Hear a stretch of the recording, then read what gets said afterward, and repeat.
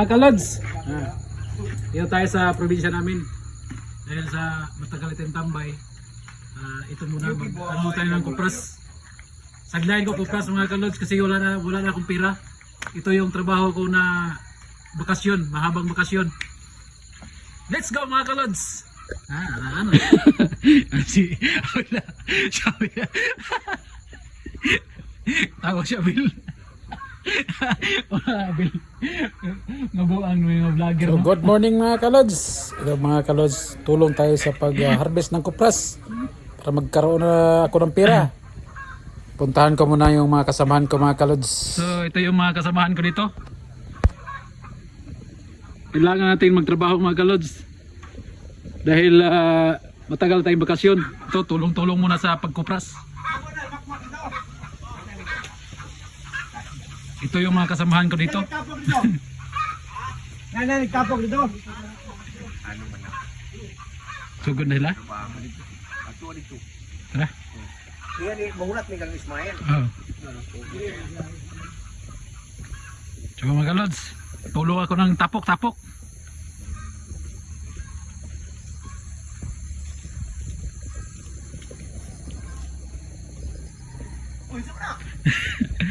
Vlog ba? Uy, basket ko pinitong mga anak.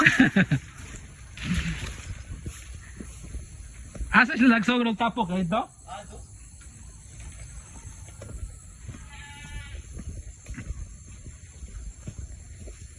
Ito mga kalods, tulong tayo mag-ano na ng lubi, niyog.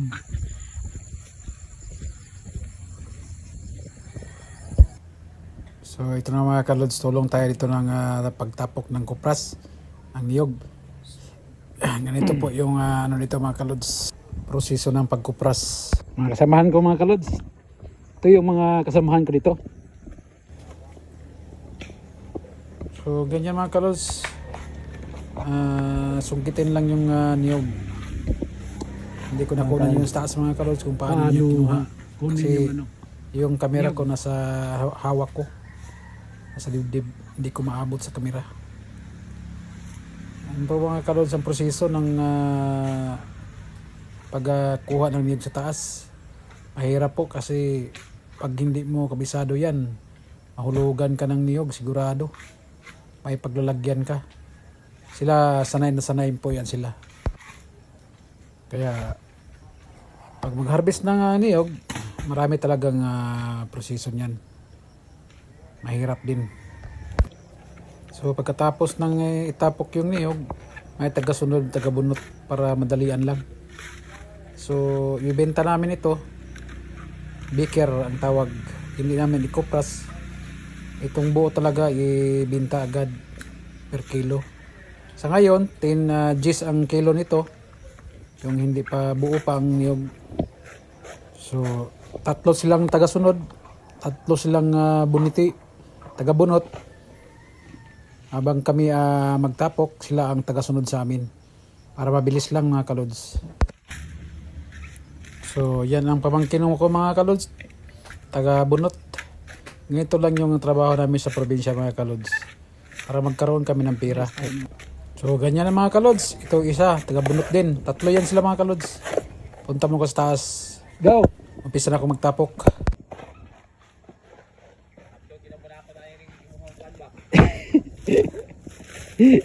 Katong kami ni mama nga ngadto gi kami mismo ha. Kita may kubra to. O pag gina ko nakuha iguan. Oh, pag dito sa galas ni Mili na mo nakita.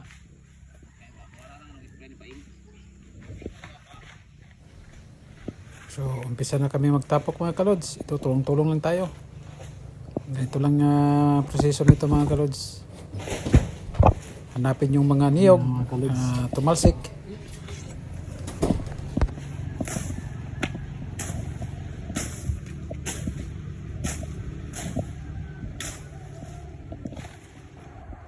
So ganyan mga kalods, nakaabang kami sa sungkitiro sa niyog.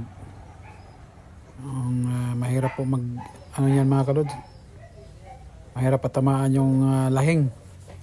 Hindi ko nakunan mga kalods kasi yung cellphone ko nasa sa tiyan ko. So inabangan namin yung niyog mga kalods, inabangan namin mahulog. Yan po ang trabaho namin.